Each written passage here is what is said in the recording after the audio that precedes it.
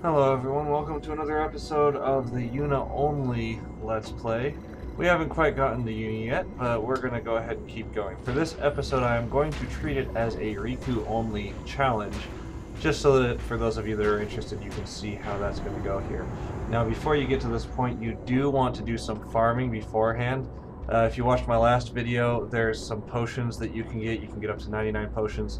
Not so important on a unit-only challenge, but for everybody else it's pretty darned important. So you need to do that. And if you're doing Rikku only, you do want to farm for about 8 to 10 grenades in that same area. You just steal from the little fishies like the ones that we're going to be fighting here real quick. And I'm going to go ahead and keep stealing and keep trying to get those. At the moment, I'm not treating it as a Rikku only challenge, only because I do want to get through the episode fairly quickly. But then once we do get to the Tros fight, the boss that's going to be coming up just in a minute here, at that point I will do that boss as a Rikku only challenge. Anyway, the other thing that I did want to talk about today was a challenge that I found on GameFAQs by zzanmato. Let me make sure I said that right. Yes, I did. zzanmato. This challenge is not a single character only challenge like the majority of the ones that I'm going to be talking about. This is you can use any character at any time, any number of characters at any time. The main difference though is that this is a no sphere grid, no summons, no customization, no overdrive, no escapes, no encounters, and no blitzball challenge. And what that means is pretty much you can't do anything throughout the entire game. It's pretty difficult, pretty terrible. So let's go through these one by one. No sphere grid challenge, that's going to be very similar to what we will be running when Yuna's not available, but this on top of the others are going to be fairly difficult. So basically nobody ever gets to level up throughout the game. And by the way, now that we're here on this Tros fight, I'm going to go ahead and treat this as a Rikku only. And it's pretty straightforward. Throw grenades at it, have Titus attack himself. But continuing on.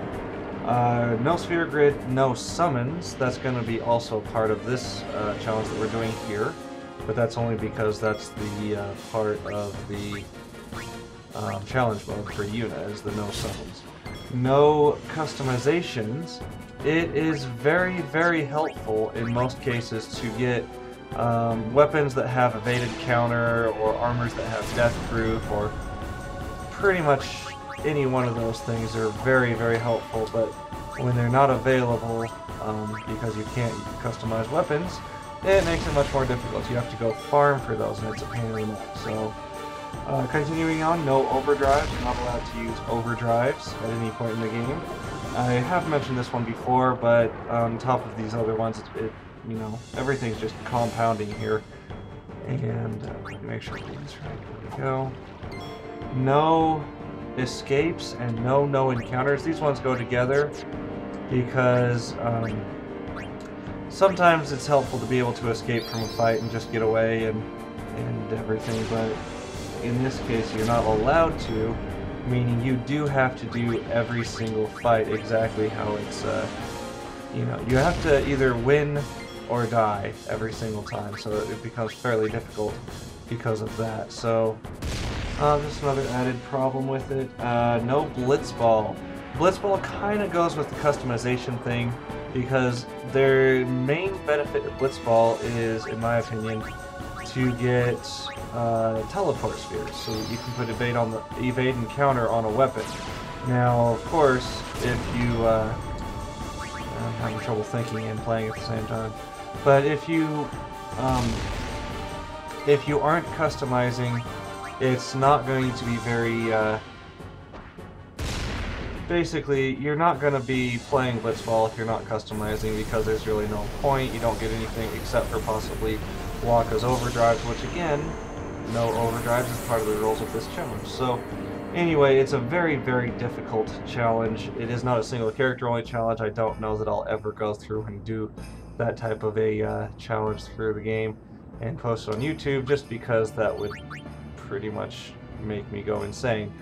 As I understand it, the way you do it is kind of similar to this, is that you get weapons that have certain abilities, and you just have to spend a lot of time farming for those. So let me just make sure there's nothing else I want to discuss, and even though this is going to be a short episode, let's see here. Potion trick. I think I mentioned the potion trick in the last episode, so we don't need to go over that again. The stealing of grenades, I mentioned that at the start of this episode. You do want to have about 8 to 10 grenades before you do that Tros fight. It just helps out a little bit. So that's helpful. The other thing is that this area before you go into the thing, basically right when you jump off the ship, if you just swim around there while you're doing the potion trick, it's a great place for Rikku to learn the loner overdrive. And so it's just that's the best place for her because it's so early and they do very little damage and she can handle it. And so that's a great place for her to learn loner. So just wanted to mention that as well. Anyway, I am going to cut it off here because even though it's a short episode, there are a number of cutscenes coming up, and on top of that, we're gonna just do a little bit of swimming around once we get to Besaid, go through and pick up items. Nothing spectacular. And the next place I'm going to pick up with you guys, I believe, is going to be in the Cloister of Trials with Yuna. Possibly... no, I'll go ahead and pick up in the Cloister of Trials because that's a good place. There's something important that we're going to pick up there. So, until next time, have a great day, guys. Hope to see you in the next video.